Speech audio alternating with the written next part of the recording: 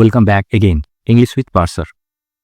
Today we'll discuss 30 questions one by one, and that is so much important for upcoming SLST class 9 and 10. So in the previous mock test, I have taken some 10 questions also, and sometimes 40 questions also, and also 30 questions. So this is the same series that I am going to discuss here. So let's begin from the first question. Question number 1. The philosophical concept underlying Wordsworth, the world is too much with us, is primarily option A, transcendentalism, option B, pantheism and nature mysticism, option C, existentialism, option D, rational materialism. Let's find the answer. And if we discuss the options, then obviously we can find the option number B is the correct answer, because here the word about pantheism. Pantheism means whenever the belief that God exists in all natural things. এবং কবি এটা বিশ্বাস করেন যে আমাদের প্রকৃতিতে দেব মানে দৈবিক জিনিস আছে, এন্ড তার জন্যই তিনি এই জিনিসটা বলেছেন এই কবিতাতে যে প্যান্থিজম এন্ড নেচার মিস্টিসিজমটা তিনি দেখিয়েছেন। Obviously, so question B is the correct answer. Going to the next question. The metrical pattern of the world is too much with us represents which poetic form? Option A, Shakespearean sonnet. Option B, Petrarchan sonnet with modified sestet. And option C, Spenserian sonnet. And option D, regular sonnet form. So if we observe every options, then you can find that option B is the correct answer, Petrarchan sonnet with modified sestet. The reason is that the poem follows the Petrarchan means Italian sonnet structure with an octave, first 8 lines in the poem, presenting the problem, but the sestet means last 6 lines does not follow the traditional CDE and CDE or CD rhyme scheme, making it is a modified version. তার জন্যই এখানে তিনি একটু modified version use করেছেন তার এই সনেটে। তার জন্য option B is the correct answer, Petrarchan sonnet with modified sestet. Going to the next question. In Shelley's Ode to the West Wind, the tercet rhyme scheme means terza rhyma symbolically reinforces the symbolically কি দেখাচ্ছে? Option A, cyclical nature of season. B, the trinity of destruction, preservation and regeneration. Like option C, the 3 realms, earth, sky and ocean. Like D, the poet's threefold plea to the wind.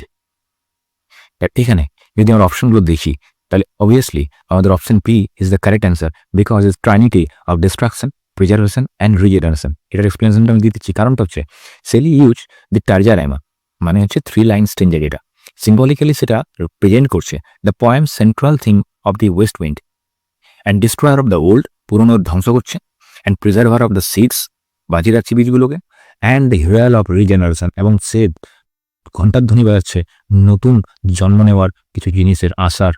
That is why option B is the correct answer. Going to the next question. The phrase, if winter comes, can spring be far behind, demonstrates which literary device primarily? Paradox. Option B, rhetorical question with implicit metaphor. Option C, synecdoche. Option D, metonymy. আশা করছি তোমরা এর অ্যান্সারটা দিতে পারবে। তাহলে অ্যান্সারে নিশ্চিতভাবে rhetorical questions with implicit metaphor একটা আমরা টাচ পাচ্ছি। তার কারণ এই যে লাইনটার মাধ্যমে তিনি যেমন একটা বলতে চেয়েছেন যে আইডিয়াটা, কারণ মেটাফরিক্যালি সেই আইডিয়াটা কিন্তু অন্য হচ্ছে, তাই তো? তাহলে এখানে আমরা obviously option B is the correct answer. চলে যাই নেক্সট কোয়েশ্চেনে। The provincial song and Ruth references in Keats ode to a nightingale serve to. এখানে যে রুথ বা ওড টু নাইটিঙ্গেলে যে দেখানো হয়েছে যে প্রভিন্সিয়াল সং, এটা কি রেফারেন্স দিচ্ছে কিসের? Option A, contrast temporal human art with eternal natural song. B, show the poet's classical education. নাকি C, establish biblical and medieval literary connections. নাকি option D, create exotic imagery for romantic effect. Let's find the answer. তাহলে obviously এই অপশনগুলো যখন দেখবো আমরা, অপশনের মধ্যে best and the correct answer is that contrast temporal human art with eternal natural song. তার কারণ হয়তো প্রভিন্সিয়াল সং বা রুথ একদিন ইতিহাসে ছিল, তারা আজকে নেই, কিন্তু অমরত্ব রয়ে গেছে আমাদের ওড টু নাইটিঙ্গেলের যে সংটা, নাইটিঙ্গেলের সং, সেটা অমরত্ব পেয়ে গেছে। তাই option A is the right answer. চলে যাই নেক্সট কোয়েশ্চনে। The epistemological problem in ode to a nightingale centers on a reality, of sensory experience, B, a distinction between reality and imagination, নাকি option C, the mortality of human consciousness, নাকি option D, the inadequacy of the language to express emotions. Let's find the answer. ঠিক এখানে option B is the right answer. B হচ্ছে the distinction between reality and imagination. এটার কারণ একটা reference আমি দিয়ে দিচ্ছি, দেখবে লাস্টের লাইনে একদম এন্ডিং লাইনে কোশ্চেন করেছেন কবি একটা, do I wake or sleep. So এটা এনস্কিপুলেটস দিস আনসার্টেনটি, এটা অনিশ্চয়তাকে একটা রিপ্রেজেন্ট করছে about the boundary between imagination and reality. তাহলে option B is the correct answer. Going to the next question, Tennyson's Ulysses embodies the Victorian concept of option A, muscular Christianity, option B, imperial duty and exploration, option C, romantic individualism versus social responsibility, নাকি option D, stoic acceptance of aging. Let's find the answer. Obviously এই কোশ্চেনের সব থেকে perfect answer হচ্ছে romantic individualism, option C, romantic individualism versus social responsibility. এর কারণটা হচ্ছে টেনিসনের যে ইউলিসেসে একটা দেখানো হয়েছে ভিক্টোরিয়ান আইডিয়াল অফ ডিউটি, মানে সে রুলিং করবে তার পিপলসদের উপর obviously, and the romantic ideal of individual Quest and self fulfilment, মানে তাকেও যেতে হবে সিকিং নিউ অ্যাডভেঞ্চার্সে। এটা হচ্ছে একটা দেখানো হয়েছে মেলবন্ধন, এবং এটাই this reflects broader Victorian anxieties about balancing personal desires with social obligations. So that is why option C is the right answer. Going to the next question. The dramatic monologue technique in Ulysses reveals character through option A, direct self-analysis, option B, unconscious self-revelation and rationalization, like option C, symbolic imagery, option D, classical allusions. Let's find the answer. Obviously option for you can understand that option B is the correct answer, the unconscious self-revelations and rationalization. এটার কারণটা আমি বলে দিচ্ছি। Obviously যখন তোমরা কবিতাটা পড়ছো তখন একটা ড্রামাটিক আয়রনি ক্রিয়েট করেছেন কবি সেই কবিতাতে। তার কারণ একদিকে যেমন তিনি দেখাচ্ছেন যে সে তার রাজ্যে ইউলিসেস, সে তার রাজ্যে চায় কি চায়, সে পালিয়ে যেতে চায়, আর সেখানে সে রাজ্য বিস্তার করতে চায় না, তার ছেলের হাতে সে সমস্ত রেসপন্সিবিলিটি দিয়ে সে চলে যেতে চায়। তাহলে এখানে তার যেমন একটা কোয়ালিটি দেখানো হচ্ছে, তেমনই তার একটা সেলফিশনেসকে রিপ্রেজেন্ট করা হয়েছে ড্রামাটিক আয়রনের মাধ্যমে, যে তার দায়িত্ব ছেড়ে সে পালিয়ে যেতে চায়, যে রোমান্টিসিজম এসকেপিজম করে যেতে চায় অবভিয়াসলি। তাহলে এখানে option B is the correct answer, unconscious self revelation বা সেলফ রিভিলেশনটাও তিনি প্রেজেন্ট করছেন সেই কবিতাতে, এবং অ্যান্ড রেশনালাইজেশন সেটাও তিনি চলে যাচ্ছে তারপর। Okay, option B is the correct answer. So going to the next question, Hardy's The Darkling Thrush functions as an inversion of which romantic convention? কোন রোমান্টিক কনভেনশনটা তিনি এখানে ডার্কলিং থ্রাসে তুলে ধরেছেন? Option A, pathetic fallacy, option B, the sublime in nature, option C, the correspondence between nature and human emotion, নাকি option D, the redemptive power of memory.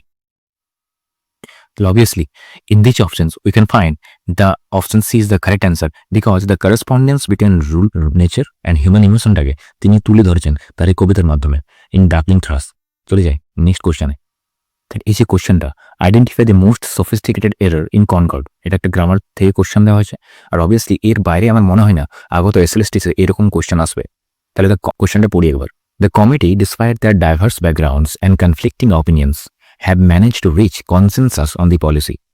Option A, there should be its, B, have should be has, naki option C, both there and have create agreement errors, naki option D, consensus should be preceded by A. Let's find the answer. তাহলে এরকম question পেলে obviously আমাদের subject ভাব এগ্রিমেন্টের নিয়মটা মনে পড়ে যায়। তাহলে এখানে আমি প্রথমে অপশনটার অ্যান্সারটা বলি।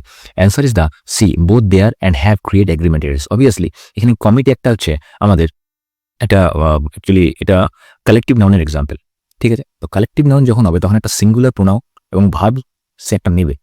তাহলে এখানে যখন আমি দেয়ার বলছি, অবভিয়াসলি দেয়ার মানে নিশ্চয়ই এখানে এটা হচ্ছে আমাদের কালেকটিভ নাউন, একটা নাউনকে বোঝানো হচ্ছে, কিন্তু এখানে আমি হয়ে গেল ফার্স্ট অফ অল দেয়ার। চলো দেয়ারটা বুঝলাম। দেয়ারের পর background and conflicting opinions have, এখানে হ্যাভ কেন নেবে? এখানে হ্যাভ তো নেবে না অবভিয়াসলি। দেয়ার যখন বলেছি তখন তো হ্যাভ হবে না কখনোর জন্য, এটা হচ্ছে প্লুরাল ফর্ম দেয়ার বলে দিচ্ছে, তাহলে এখানে হ্যাভ হবে না, and that is why it is wrong. এবং দেয়ার এবং হ্যাভ ক্রিয়েটস এগ্রিমেন্ট এরর করছে এখানে, তাই এটা অ্যান্সারটা ভুল। Option C is the correct answer. চলে যায় নেক্সট। তাহলে এই কোশ্চেনে বলা হয়েছে the ancient pulse of germ and birth suggest Hardy's engagement with option A, Darwinian evolutionary theory, B, Christian resurrection doctrine, C, Celtic mythology, নাকি D, transcendentalist philosophy. Let's find the answer. So, if we see the option, we can definitely understand that here the reference is given to the Darwinian evolutionary theory. Option A. The reason is that Hardy's philosophy, actually the philosophy he is just now giving there, this phrase references the evolutionary life force that derives reproduction and species continuation, writing after Darwin theory. Okay, so that is the answer. Okay, going to the next question. Goldsmith ceases to conquer, subverts the sentimental comedy tradition by option A. Introducing farcical element. Option B. Rejecting the reform of rake characters through virtuous love. Like C. Emphasizing artifice over natural behavior. Like D. Satirizing middle class social pretensions. Obviously, চারটা অপশনের মধ্যে the best and accurate answer is that option number D. Satirizing middle class social pretension. The reason is that Goldsmith critiques the artificial manners and social climbing of the emerging middle class through characters like Mrs Hardcastle. এখানে প্রতিটা characters, যেমন একটা Mrs হার্টগেসেলসের মাধ্যমে তিনি middle class ফ্যামিলির যে একটা স্যাটারাইজ রূপটা তিনি দেখিয়েছেন এবং তুলে ধরেছেন তার এই ড্রামাতে। তাহলে option D is the final answer. Going to the next question. The concept of nature versus art in the play is explored through A. Keats' dual identity and Tony's natural simplicity. Like B. The contrast between London and country manners. Like option C. Marlowe's social awkwardness. Like option D. The confusion between inn and house. Okay, obviously, এটার অ্যান্সারটা অনেকটা সহজ, সেটা হচ্ছে option A. Keats' dual identity and Tony's natural simplicity. The reason is that Keats can successfully play both gentle lady, তাহলে জেন্টিল লেডিরও role করেছেন তিনি, and country সার্ভেন্টেরও মেয়ের রোল করেছেন। ওয়াইল টনি লাম্পকিন, এই মুখ্য চরিত্র মেন ভিলেন যাকে বলা হচ্ছে, represents natural unaffected behavior. Okay, so that is why the option A is the correct answer. So we're going to the next question. Saw's Arms and the Man demonstrates the playwright's rejection of option A. Romantic idealism in favor of practical realism. Option B. Military heroism in favor of pacifism. Like C. Social class distinctions. Like option D. Traditional dramatic structure. Let's find the answer. তো obviously এটার অ্যান্সারটা আমরা প্রথম অপশনটা থেকে পেয়ে যাচ্ছি, romantic idealism in favour of practical realism. এখানে যদি কারণটা বলা যায়, তো obviously the reason is that Shaw এখানে systematically debunks or break the romantic notions of war, first of all heroism also and the love throughout the play. Every step by step তিনি কিন্তু এই romantic নিষ্ঠায় খণ্ডন করেছেন তার arms and the man এই ড্রামাতে। Okay, so that is why option A is the perfect answer. Going to the next question. The chocolate cream soldier epithet, এপিথেটটা function as কিভাবে ফাংশন করছে? অপশন এ কমিক রিলিফ, নাকি B a symbol of bourgeois comfort or heroic idealism, নাকি C cultural commentary on Swiss neutrality, নাকি D an anti war statement. তাহলে এই কোশ্চেনের answer আমাকে প্রথমে বলতে হয়, এখানে option beta first of all symbol of bourgeois comfort or heroic idealism. তাহলে এখানে বার্গুইজ টার্মটার মানেটা মনে বুঝে নাও, বার্গুইজ মানে হচ্ছে একটা middle class, you can say one type of middle class society. তাহলে এখানে মিডল ক্লাস সোসাইটি যে কমফোর্টের কথাটা বলেছে, এখানে symbol of bourgeois comfort, middle class society comfort over heroic idealism. তারা কিন্তু হিরোইক আইডিয়ালিজমের চাইতে তাদের নিজেদের সুখ স্বচ্ছন্দতা দেখে, এবং অবভিয়াসলি চকলেট ক্রিম সোলজার এপিথেটটা তাকে সে হিসেবে দেখানো হচ্ছে যে যুদ্ধের থেকে, রোমান্টিক নোশনের থেকে তারা প্র্যাকটিক্যাল জিনিস বেশি বিশ্বাস করে। Obviously, option B is the correct answer. Going to the next question. In Galsworthy justice, the prison system represents. One of the sahaj questions, I think you can give the answer from yourselves before telling the answer of me. Option A, social determinism versus individual moral responsibility. Like option B, class-based legal inequality. Like option C, the dehumanizing effects of institutional bureaucracy. Like D, option all of the above. Let's find the answer. তাহলে এখানে বলা যায় উপরের প্রতিটা অপশনই is the accurate and actual answer. Option A also, B also, C also, and that is why option D all of the above is the final and correct answer. Okay, going to the next question. Falder's psychological deterioration illustrates Galsworthy's interest in naturalistic character study, B, social problem drama, like C, psychological realism, like D, expressionistic technique. তাহলে এখানে এই psychological এক্সপ্রেশনটা দেখানো হয় যে প্রতিটা কথাতে ফল্ডার্সের, এখানে তার ইন্টারেস্টটা, এখানে গার্লসওয়ার্থের ইন্টারেস্টটা কিসে দেখানো হচ্ছে, এই গার্লসওয়ার্থের ইন্টারেস্ট আছে কিসে আছে? অবভিয়াসলি সাইকোলজিক্যাল রিয়েলিজমে আছে। Option C is the correct answer. Going to the next question. Conrad's narrative technique in the lagoon employs A. Stream of consciousness. B. Frame narration with embedded story. নাকি C.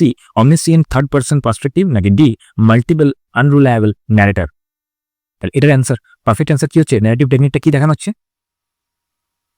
Option number B, frame narration with embedded story. Okay, going to the next question.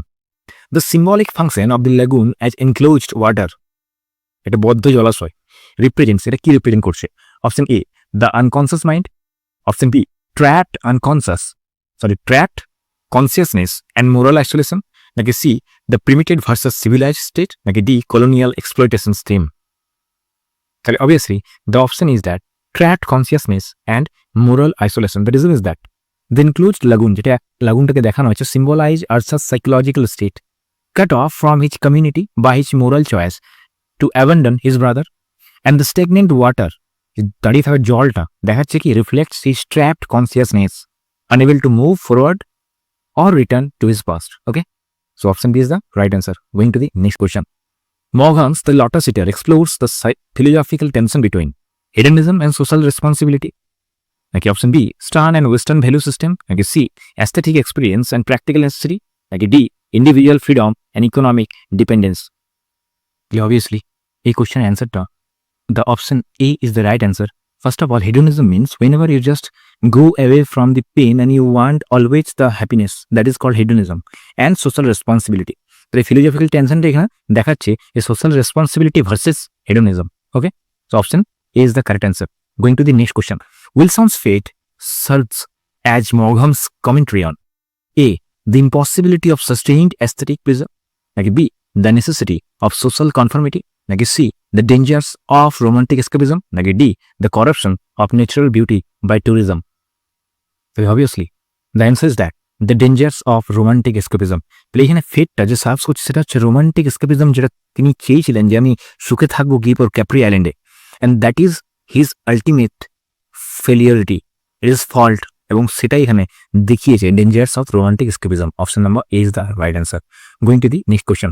The irony in O Henry's the gift of Magi operates on multiple levels, primarily A, situational irony revealing deeper wisdom about love. নাকি B, dramatic irony for comic effect. নাকি C, verbal irony exposing social criticism. নাকি D, cosmic irony about human fate. So if we look the every options, then the perfect and the correct answer is that option A, situational irony revealing deeper wisdom about love.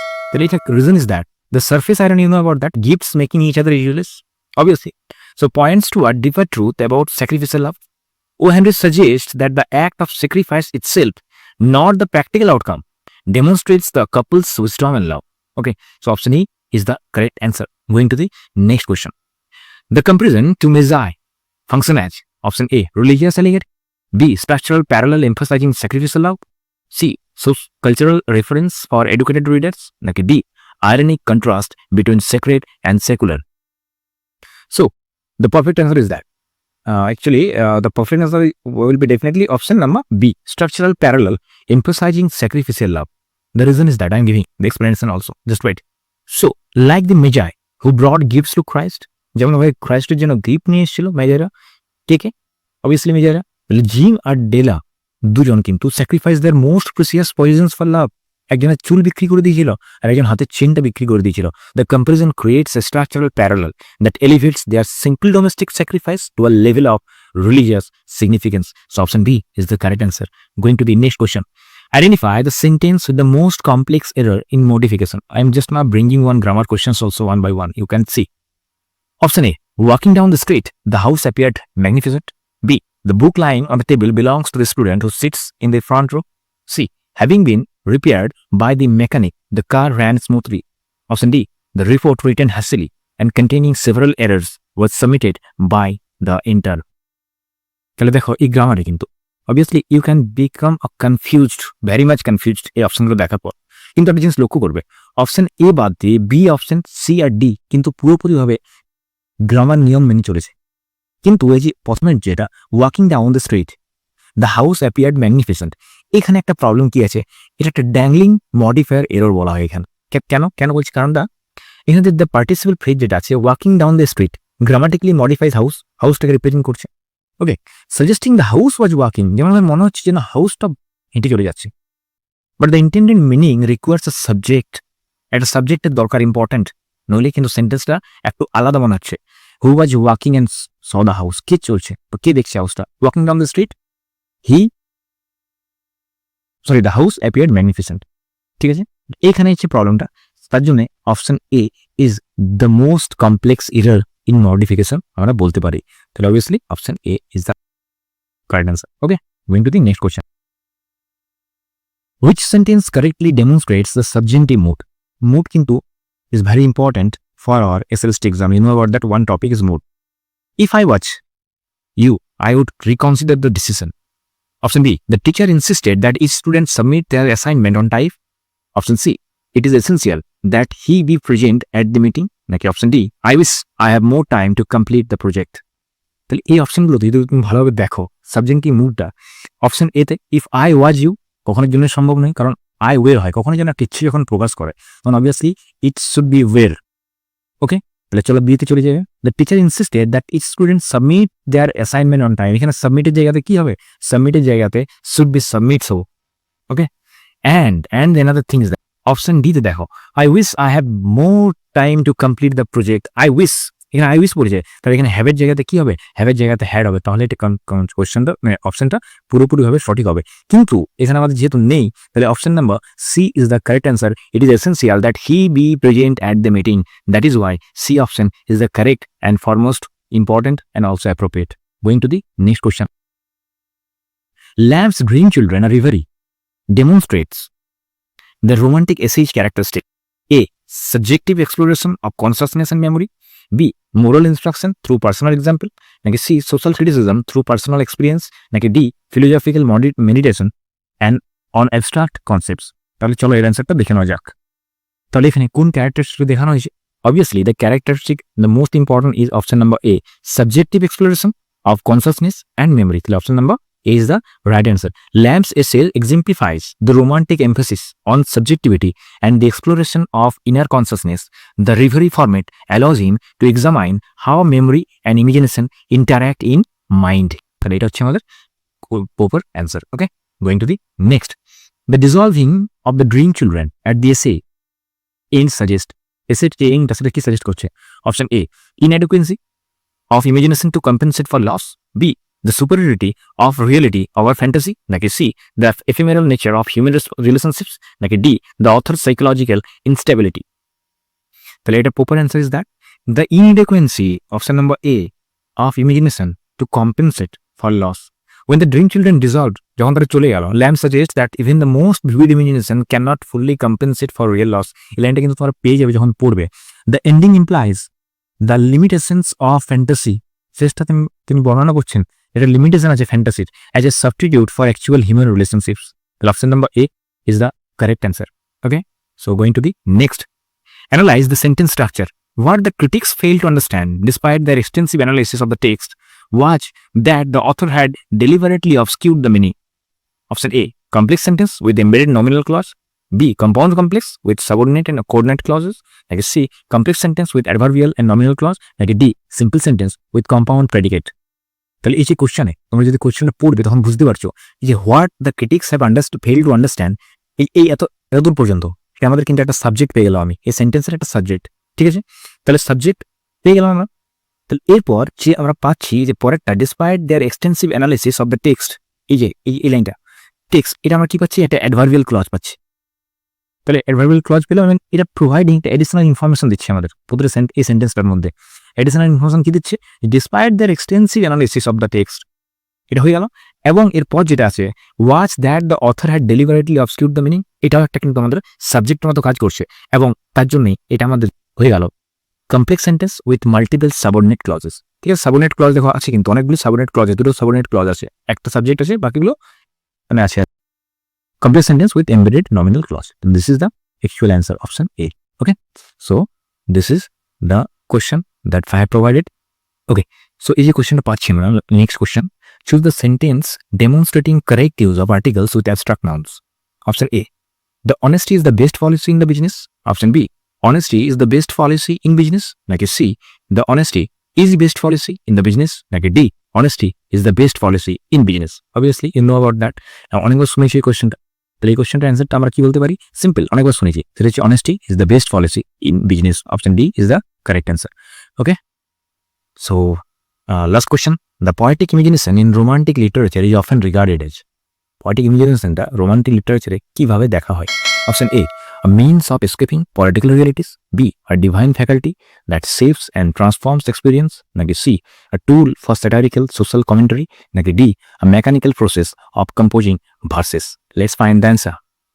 তো obviously এর অ্যান্সারটা অনেকটা confusing, এবং তার জন্য সব থেকে দেখো এখানে লেখা আছে a divine faculty that saves and transform experience.